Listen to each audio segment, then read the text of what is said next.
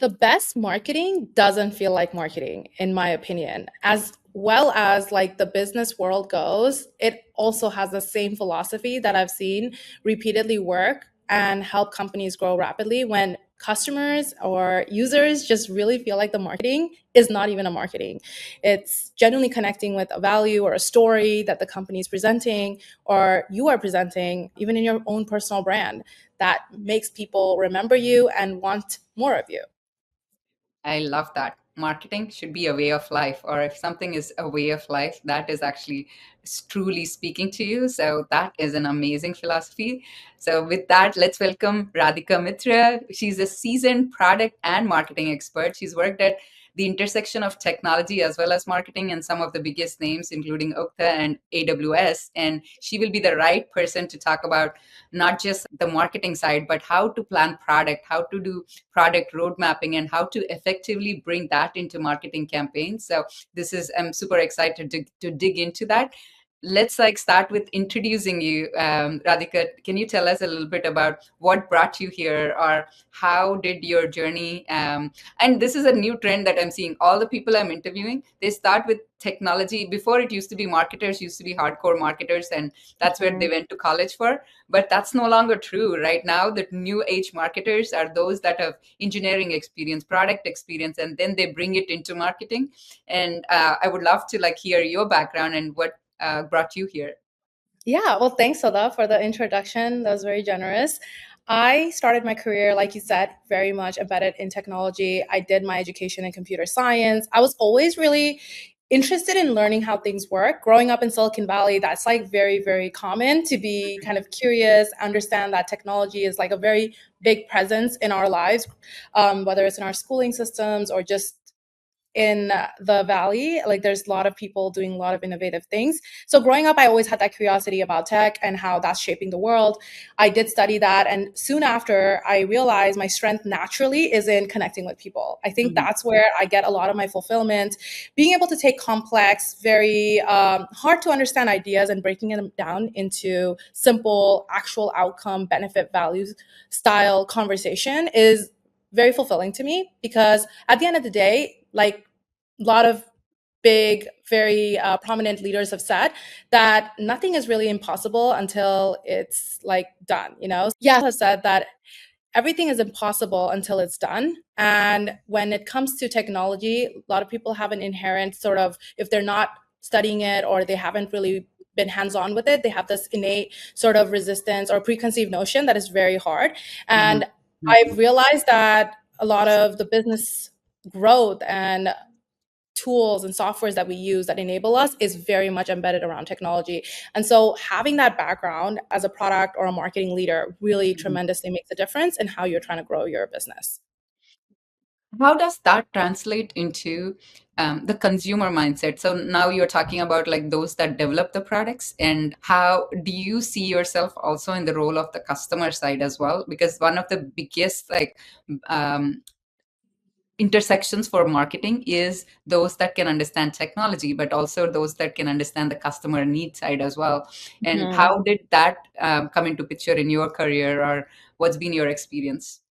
Yeah, so like I said, when I transitioned more so in how I connected a lot of the more complex technologies I was building. I was like a full stack engineer in the beginning of my career, and moving and transitioning into technical marketing and then into core marketing was really my journey. And when I moved into technical marketing, my entire world was interfacing with the ideal customer profile, the different styles of personas that were actually end users of the software technologies that I was building. I was at HPE at the time working on some cloud storage solutions. And these are like very, core aspects of like needs in technology. You need storage, you need network, you need compute. And a lot of the end users were engineers themselves. So when we were having conversations, they were quickly able to understand complex concepts, but they were also interested in how they can talk about the business value to their leaders or their cross-functional leaders who weren't so tech savvy. And that was where we added a lot of value. We were able to sell services based on kind of understanding that full concept of technology, and also being able to talk about the actual day-to-day value they will get in terms of efficiency, speed.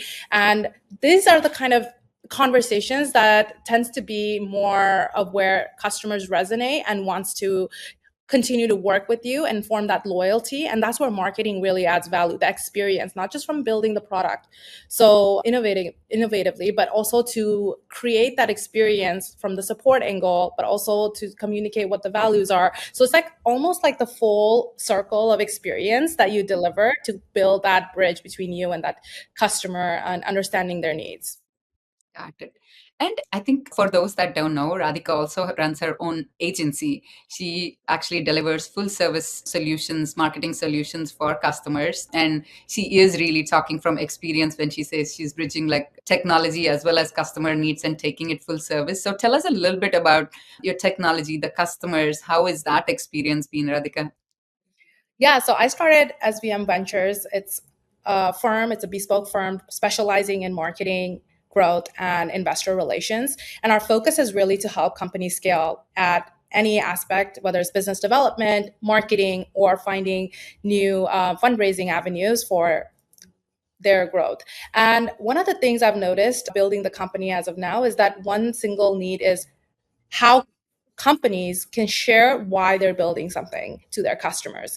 A lot of people focus on what they're building, but a lot of don't really know how to communicate why they're doing it and identifying why customers love them even. So this new buzz about product market fit has been the big rage in the last 3 years, and it's only continuing to grow as we're seeing AI services and more applications around. Even B2B SaaS is becoming a much more saturated market with a lot of different solutions. So how do you differentiate? How do you like really create your own space? And this is where authentic why stories become a really aspect of where companies are growing and why we are also building our business so rapidly, because companies come to us asking for that answer and how they can share their story. Everyone has a story. How compelling you're able to sell that story is really where your marketing and your business growth lies. And Nice. so we're very excited in our business to see that type of growth and add value across like business development, finding really unique creative channel partners or distributing channels and build partnerships with your customers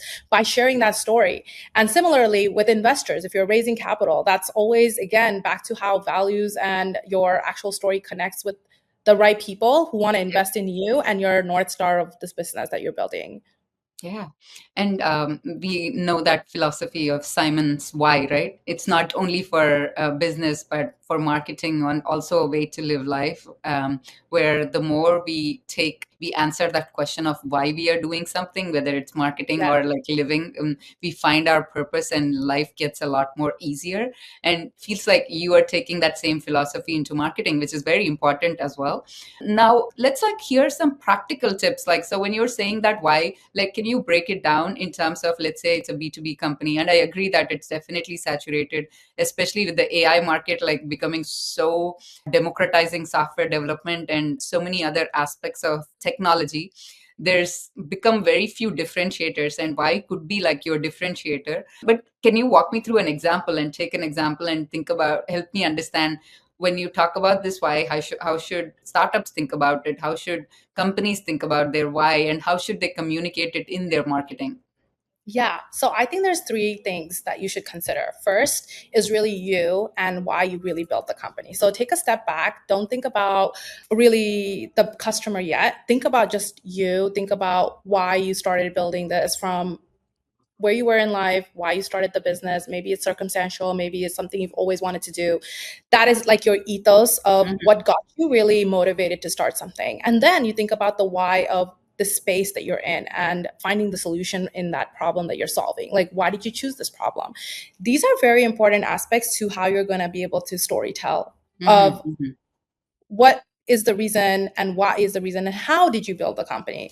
These three questions will definitely come up over and over again, and the more clear you have it and the more consistent you are with that story, you start building a following and community of mhm, people that resonate with that. So that's number one for your company's ethos and who you are. Number two is understanding how your customer really fits in the hero's journey of your story and mhm, why mhm, your company is solving this problem. So let's put the customer in their day-to-day life as they're kind of going about this problem. How are they solving it today? And why they want the solution more than they currently how they're solving it. So Mhm. this is Mhm. where the real value comes in how you market your service, how you talk about your service to the client. And this is where a lot of your messaging is embedded in your website, your blogs, your content videos, anything you're promoting. Your customer becomes the hero of that journey and showcase how they basically become that through your service. And this is like an area where a lot of companies struggle. Even though they know that the solution is making a big impact, they know all the speeds and feeds on how to talk about the metrics, on how their customers are benefiting them, like they're reducing maybe time to value and all of those things, but they're not able to really put the day-to-day life as like the main center of that story plot of that Mhm. customer's life. So figuring out how to make the customer the hero of the journey is number two. And Mhm. number three is Mhm. really being able to collectively tell the story together. How do we piece these two elements of you as a person, why you started it, and what you really feel strongly towards your business, because no one knows that better than you. And Yeah. then why your customer is similar and has the same familiarity to that problem like you do, to be able to tell a more compelling long-term story. And this evolves as you build out the journey with your customer. So as you start facing challenges or you're trying to evolve and you're trying to pivot your company perhaps for a new or a better version of something you're building, this is where these two stories come in together as a powerful play, because now your customer is invested in your success as well, just Mhm. like you are invested in the customer. And this is where the magic happens long term. So just like any sales journey has like the discovery, the pitch, and the qualifying, and then finally you get to the closing, there is a really big after like period after you have closed an account. It's called the growing period. And the Mhm. growing period is where the third element of your really your story starts in kind of building that longevity. And that's really where the value is in your customer journey. So the story is a very important aspect, messaging is an important aspect, but if you can combine the two together for the customer and your story, that's where we see a lot of magic happen. That could resonate Yeah. and make a bigger impact. And I have two different themes here that I have a little bit of I want to do a deeper dive into. One aspect is, so let's take an example of a startup, and not even a small brand yet, like a small startup that's starting out. And I am myself a culprit of this, where I've been told, initially I used to be very blunt about talking so much about the customer problem or agitation sometimes, but never doing a justice of talking about myself or why I evolved into becoming a founder and creating this story. And for me, the story was very clear as well. Even being like from an immigrant to like immigrant founder to even I have had my time at GoDaddy and have faced these problems very hands on, and that's what led me to create a solution. But I never communicated that enough. And someone recently told me on my one of my advisors told me that, dude, take a second to tell your authentic story, and that also resonates with customers. So I was going to go back to your question, which is, how important is the personal story of a businessman or a founder to creating an impact? And then you brought in a second point, which is the customer story. The customers need to see and feel as if it's solving their need, and that could or could not like be that resonating with the personal story. So Right. how do you combine these two elements? One is, how important is the personal story, how important is to bring that characteristic out, and especially Mhm. those that are starting out, like that, you Yeah. are not yet a success, but you're trying to get there and you're trying to scale. And then there is a customer story. So how should you play or balance between those? Right. That's a great question. That takes actually, honestly, a lot of work to figure out. There's no real easy answer, but I can share that I've noticed a lot of founders, like you shared, like we are not as open often to share our own story of why we do it because we're fixated on how exciting the problem we're solving. A lot of that becomes the pitch and not so much is about who we are. But in the early stages, what are people betting on really? They're betting on you. They're betting on the founders or the founding team. So your story, your reason of why you're there, why you are the right person solving that problem becomes a way bigger aspect of your success than the actual problem you're solving. I'm not saying that the market or even the problem, how you're about to solve that problem, the methods and like the technology you're innovating is not a focus area. It 100% is, but you are just as much involved in part of making that a success. So we have to kind of take care of that part. And if we spend time confidently shaping that and being able to advocate that every single time you're pitching, you're just becoming and doing it in a very authentic way. Not in, I feel like a lot of pitch comes off as like a showmanship about you. And that's not what we're trying to promote here. What is really the best marketing in the beginning, I said, is when it doesn't come off across as it is being a pitch or it's a marketing. It feels like it's authentic, it's genuine to who you are. So being real, this is kind of going back to more of the psychology in marketing. It's like you have to genuinely be yourself and project your confidence in that story that you are. And saying that over and over again in a way that's genuine to you is important, because the more you're going to say it, it's going to sometimes become like you're in a rut. Like you're basically saying it over and over again and it doesn't seem as authentic. So you need to feel comfortable figuring out what are the things you want to share, and it comes across as, okay, this person's really telling me the story for the first time. So every person that's hearing it, they're feeling like you're really connecting with them. And this is something that's it's a very important trait to have as a founder, I believe. And this is something you can practice and develop. And once you start developing that, you can actually exercise it across both customers, investors, people you're sharing your passion of building this company, anybody you really meet, because it's just an extension of who you are.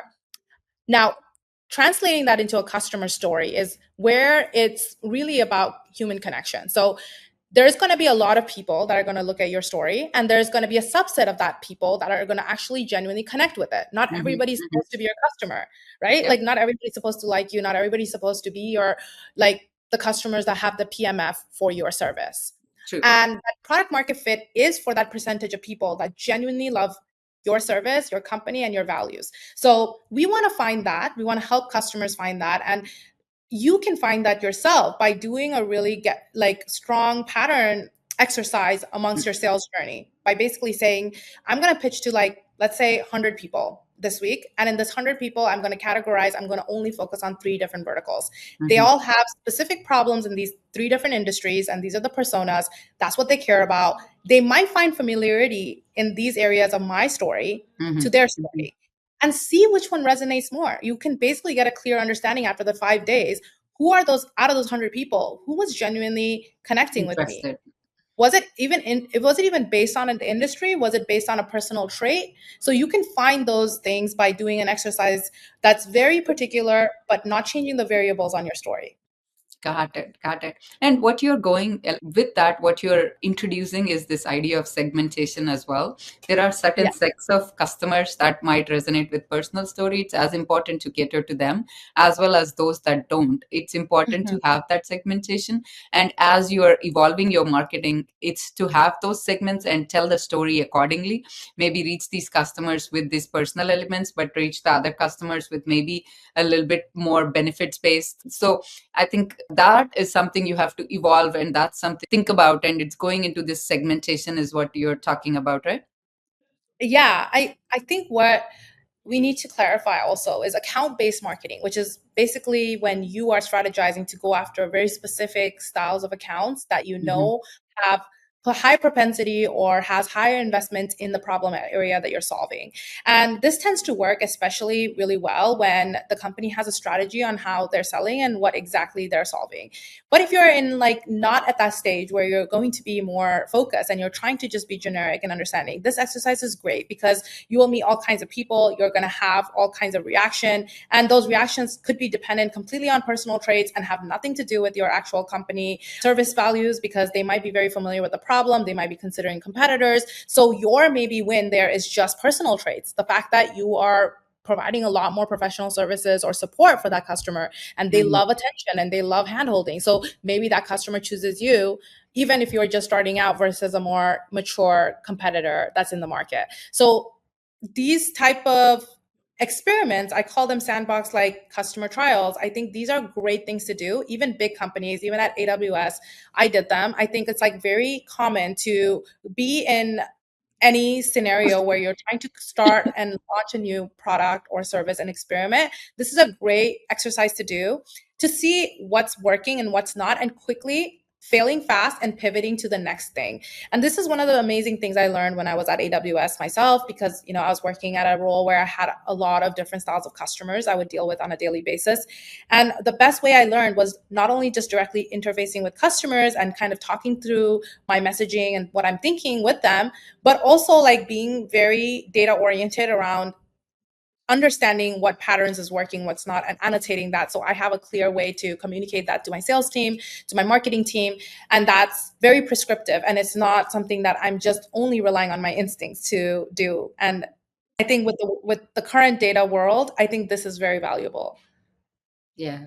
I think, yeah, you brought up like a very interesting thing. You have to hypothesis testing, right? They say overnight success took a few years. That overnight success is actually a few years of hard work. And this is so true in terms of what you are saying, which is for brands, where brands must have experimented a lot to figure out what has worked, what's not worked, and they have to keep doing it. And it might show that everything they're doing is success, but that's not the truth. They are experimenting a lot, and marketing is even more necessary to adapt to what's coming up, what's like happening in the space, and cater to that and have that element of experimental budget to keep doing it. So you mentioned about AWS doing it as well. What percentage of budgets to big companies allot to such as sandbox testing or experimental testing? And taking back to advice for startups, how should startups take that and apply it to their thought process, or how much time and money should those be allotted to experimental marketing techniques? Yeah, that's an amazing question. First, let's highlight AWS is very frugal, so they don't like spending money. We didn't spend a lot of money. It's all about how you go about strategizing. A lot Hmm. of these things seem like it's money intensive. It's only Hmm. money intensive if you don't have the strategy and if you don't have the time and bandwidth to provide it. So you are relying on mo- solely money to kind of expedite that process, and not always does spending money result in success or getting closer to solving your problem. With that being said, I think there is a real value in taking a step back and tackling problems in a small, that's why I call them sandbox, because they're really small. You take 5, 10 customers, very similar looking customers. So you kind of like, always the best way to experiment is to keep the variables low and keep certain things constant and then few things variable, so you can actually test out what's working, what's not. And this is like the basic classic A/B testing method, right? But now if you want to go kind of one step more advanced from A/B testing, is when you start kind of creating multiple variable knobs and seeing how, if you can keep up with it, keeping your verticals of your customers the same. This is not very expensive thing to do. You already being in the business are talking to customers every day. If you're a founder, you're probably talking to customers on the daily basis. If you have a sales team, even better, you can get them to be talking to customers, right? So having them doing just their job with the right strategy makes all the difference. Now, identifying the strategy is where a lot of companies need help. Hmm. And even with SVM Ventures, we are helping our clients kind of develop these strategies. But if you are on your own and you're trying to consider what those are, the best 3-step method is really understanding who are going to be those customers you're going to go after for that sandbox environment. If it's 10 customers, try to make them similar looking in terms of who they are, you're talking to, the titles, the type of size of customers you're looking for. Like, is it a very small company, medium-sized company, enterprise? The third one being, are their problems all in the same industry? So if they're all in the same industry, they're kind of the same company size, and the titles are the same you're talking to, you've already figured out a constant. Now the sandbox is looking good. Step 2 is figuring out how do you message and what are you going to be sharing? What's the pitch looking like, right? After you figure out the pitch, the third one is really being able to annotate and create. And the best way to do this, one of the most frugal ways to do it, is go to Google Forms, create a questionnaire sheet right before you're getting on the call, keep the sheet, have a link back to all the responses that you record for all those 10 or 15 customers you're calling that day, and then observe how that sheet populates itself, because you're basically taking notes from that form every time you're having a conversation with a client. So those are the 3 steps that could be easy way for you to go after a sandbox environment. Now do this with a separate group of customers in week 2, week 3, week 4. By the end of the month, you're going to have a consensus. Even if it's a small group, if you're tackling even 10 customers per day, that's like 40 customers by the end of the month. And you're able to kind of like understand who are they, what are they doing, and what are they resonating with. And this is like a Hmm. very easy, only thing you're giving up, it's time and your effort in strategizing. Surely you have more than 10 customers probably in a week, but even that is a great start for small startups. And you can take that to an investor. You can show them that we've done kind of our homework and we really know how to build go to market. Great. So Radhika gave some super actionable insights right there. Let me see if I can summarize them again. Let me see if I can translate them into like different scenarios as well. So one thing she said, which is I think it's very important for everyone to think about, is not all marketing has to be expensive. Not all marketing requires a heavy budget. There is definitely there is emails, there is organic marketing and paid marketing, and you don't have to definitely start with like paid marketing for sure. And the things that she's specifically focused on is also account based marketing. When you are doing account based marketing, which is hopefully you're talking to big ticket customers in this scenario where you're reaching out to big ticket. For those that don't know, account based marketing is when you actually have a product that you're selling to a select number of customers, and these are mostly high ticket items that you are selling to 5 customers, as opposed to SaaS model where you're selling like a $49 product to a whole bunch of people. So account based marketing, it does make sense where the more you're doing account based marketing, segment them, and you manually start off with like few you can figure out like your categorizations and segments as well, and you do it manually right in the beginning, and you personalize emails and you personalize your segments based on these segments that you form into. So let's say your customers are VP of IT departments. That's a very different level of marketing compared to digital marketers that you are hitting. So that's like one of the techniques that she's suggesting. And to add to that, I'm going to add one more thing, which is even when you're doing your organic marketing. So my inspiration is Gary Vaynerchuk. I love him. And the one of the things that he says is pretty much all platforms are free. If you're not leveraging it to your advantage, and by that you need to know what are those platform logistics to work upon, what is the culture of each platform, and what is the culture of each channel. The same thing you're doing on TikTok doesn't work on LinkedIn. The same audience that you have on Facebook isn't on TikTok either. So you need to figure out if you have audiences on all three of them, then you have to find and figure out where and how you need to market it to each of those platforms. You could do so much right now. Think about Duolingo. Duolingo has become so popular even now. It was popular before, but after their Mm. TikTok's new thing, like it's all organic marketing that they're doing, and a very creative way of doing it is actually led them to elevate like their growth scale as well. And think about even the companies that got popular just from Reddit and Chorus as well. So it just, and Radhika nailed it when she said it's not about just doing marketing and throwing spaghetti at a wall and sticking, but having a strategy to do it. And the more you can actually have a strategy, that's when you can think about like marketing working for you, as opposed to just experimenting and all of that as well. Are there so bringing this all back into um, conclusion, is there what should be like the metrics? Or there are two questions here. One is, how do you translate all these into development of a product, or during the development, or as you're road mapping the product, how do you take it into that? Because if you're experimenting, you're doing it not just like externally, sometimes it's product internally as well. So how do you like take all of this internally? And also when you're doing it, what's a measure of success, or what are the things you should think about in terms of metrics? There's a two-pronged question, but I figured Yeah. yeah, I'll ask both. I get asked this all the time by customers. You know, we're always talking about, okay, so what's my ROI going to be if I spend this on marketing? Now, the easy answer is it's going to be reflected in your sales, right? Like that is not always the case for marketing. However, it is important to recognize what is marketing. Marketing is the idea of the world, the people around you, even the ones that are not your customers, knowing that you exist and you're here to stay and you're building and innovating and you're excited.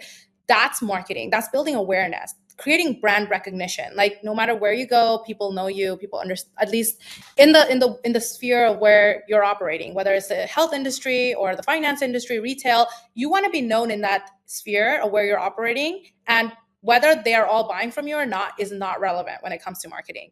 The second aspect of marketing is where, okay, you have an impact. There's an ROI, there's return on ad spend. There's like this whole world around, how can I add a new thing into my paid ads and get leads from that and have those leads convert and generate me revenue. Hmm. So I think there's many ways to consider that world of data and metrics on how you measure success. If you lead a campaign, for example, you're going to have some form of inbound leads coming in. If that campaign generates little to no leads, it's a pretty failed campaign, right? Yeah. So when it comes to metrics, it's always goal oriented around how much conversion you get Hmm. from Hmm. traffic to interest to ultimately revenue. And I keep it simple. That's why I said the easy way to say is like, how much has it reflected on revenue increase? Hmm. And typically, if you work for a company or you're starting your own business, that's what you're laser focused on. Most companies aren't fixated on brand recognition or awareness. A lot of B2C or D2C brands are, because they're just trying to get their name out. And that in itself creates a lot of inbound interest, ultimately, long term. So it's more of like that initial investment for long term success. But if you are a smaller company, you're a B2B SaaS, you're all your eyes are focused on is how do I increase revenue? So in this situation, your marketing and sales are extremely intertwined. And you need to be very aware of that and not single out marketing as a separate entity or a function. It should be the best companies intertwine marketing and sales very closely together. And they understand the exercise we just spoke about, which is Hmm. like, how do we segment and how do we kind of message? It happens through sales. It's Yeah. not happening with the product marketing person going out and interfacing. It's a good practice for product marketing to interface with your customer, but not always does that happen. So having the metric around revenue is very critical, I think. And that's what a good marketing person is not going to be intimidated by that fact. So when you're talking to customers, you should be open to having that conversation from a revenue perspective as a metric of how much leads convert. And if there's friction, why can we alleviate that? Or how can we alleviate that friction? Number one metric. Yeah. So the quick question, like, sorry to interrupt, but like this quick question there is definitely makes sense that leads are your primary indicator. But the other aspect of this is the time. I think if given enough time, you can always achieve leads. Maybe most of the times, marketers get asked this. It's not about like just getting leads. They want it like instantaneously. They want it like so fast. They want to run this campaign and it has to happen tomorrow. Right. So, what's your take Right. on like the time aspect of this? Right. I mean, you can want a lot of things in life, and it's going to still take what it takes in terms of the time. So there's no shortcuts to building a reputable brand or reputable marketing campaign as well. So that's one thing that has to be what I typically say a really good marketing campaign and a strategy or reaching virality is partially gambling, partially really like strong strategy, and it takes 3 to 6 months. It's just like, you're putting in the work, going to the gym, trying to see results. It's not going to happen in the next week. It's going to take a month, 2 months, 3 months to see results. And that's the same thing with marketing. When you're starting out, one of the ways I think this is a hack, this is a growth hack, in my opinion, is being very creative. You mentioned Duolingo. These are like B2C brands that are doing an amazing job in connecting with users by authentic content creation, right? TikTok kind of like revamped the way people are shopping now. Like TikTok shop is such a seamless way because people are not feeling like anything is being marketed to them. So if you create creative guerrilla style marketing, it can work overnight. It can go viral and it can give you that success. But that's like very small percentage of people or companies reaching that. The second growth hack that you could do that's more attainable is a personal brand. This is something that's become a big thing recently, where after I think 2020, after COVID, when we've been kind of working remote, personal brand has become a much bigger thing. And I personally predict that most companies in the future are going to be 2 to 3 people team that are going to run the show, they're going to run these massive like companies, and they're going to be relying heavily on their own founder-led brand. And this is happening especially in the tech market, where a lot of great CEOs and founders are building their own brand and rapport with clients and customers, and they have a following of their own. And this is what we've typically seen in the influencer world, right? They build a really strong following on IG or TikTok, and then they start their own brand. That's the exact same model that now tech CEOs and founders are creating. They're creating a brand and name for themselves. They're building their own community, and then they're launching their company, or they're already working and sharing it and building a community while they're building their own company. So people are invested in that success and being part of that story. So going back to that initial, talk we had today about having your own story and having customer story and building them together, the perfect way to do that is building a personal brand. And that's really really quicker way to build that market traction, because you're now relying more on the personal story to build your company goals. So those are like two ways I've definitely seen work.